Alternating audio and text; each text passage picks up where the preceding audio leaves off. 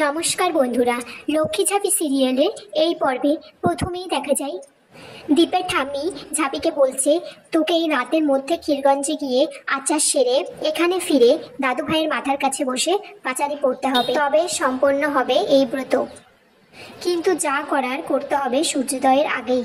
দীপের বাবা তখন বলছে, অসম্ভব, 1টা বাজে, এইটুকু টাইমের মধ্যে সব করা সম্ভব নাকি?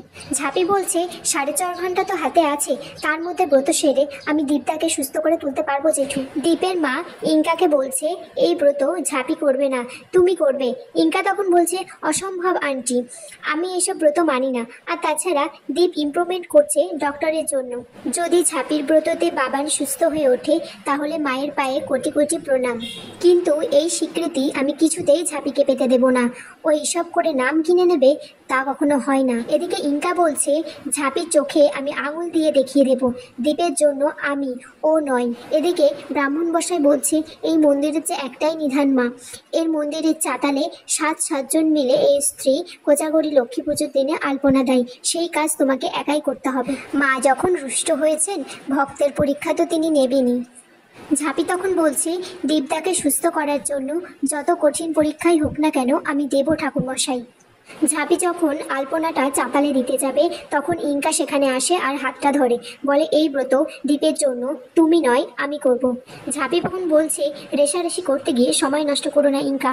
ব্রাহ্মণ মশাই তখন বলছে, এই ব্রত যাকে তাকে পালন করলে হবে না মা, দীপের স্ত্রীকেই করতে হবে। ইঙ্কাগুন বলছে, আমি জেসে নই, আমি দীপের গার্লফ্রেন্ড, উড বি ওয়াইফ, আর তাছাড়া এই বিয়েটা তো আপনারা জোর করে দিয়েছিলেন, এই বিয়েটা তো ওরা দুজনা মানেই না। ইঙ্কা যেই আলপনাটা দিতে যাবে পা মুচকে পড়ে যায় আর তার কোমরে লাগে। ইঙ্কা আবার আলপনাটা দিতে গেলে আবার পড়ে যায়। তখন কাসাই বলছে, ঠিক আছে, মায়ের সাথে লাগতে আসলে এইরকমই হয়।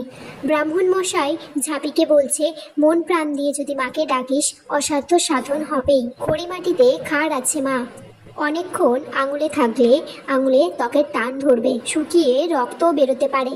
একটানা এতক্ষণ বসে আলপনা দিলে চোখে ধাঁধা লাগবে, ভয় পেলে চলবে না মা, এই ত্যাগ শিকারই তোর পরীক্ষা। এদিকে ঝাঁপি আলপনা দেওয়া শুরু করেছে আর ওর হাত থেকে রক্ত পড়ছে। ব্রাহ্মণ মশাই তখন বলছে, কি অপূর্ব, কি নিদারুণ পরীক্ষা দিয়ে মাকে আহ্বান করছিস মা। এদিকে ঝাঁপি হসপিটালে পৌঁছে গেছে আর কাসাই ঠাম্মিকে বলছে, ঠাম্মি, ঝাঁপি আজ অসাধ্য সাধন করেছে। আর দীপের মা ইঙ্কাকে বলছে, ও ব্রত পালন করেছে, তুমি করতে পারোনি। ইঙ্কার বাবা বলছে, ওর কি এইসবে অভ্যস্ত আছে নাকি? তারপর ঝাঁপি দীপের মাথার কাছে বসে পাঁচালি পড়লে দীপের জ্ঞান ফিরে আসে। আর দীপের মা বলে, কি রে ঝাঁপি, এখনো দাঁড়িয়ে আছিস? দীপের বিপদ হয়েছিল বলে মা তোকে আসতে বলেছিল, এখন তুই চলে যা। আর এখানেই আজকের পর্ব শেষ হয়ে যায় বন্ধুরা।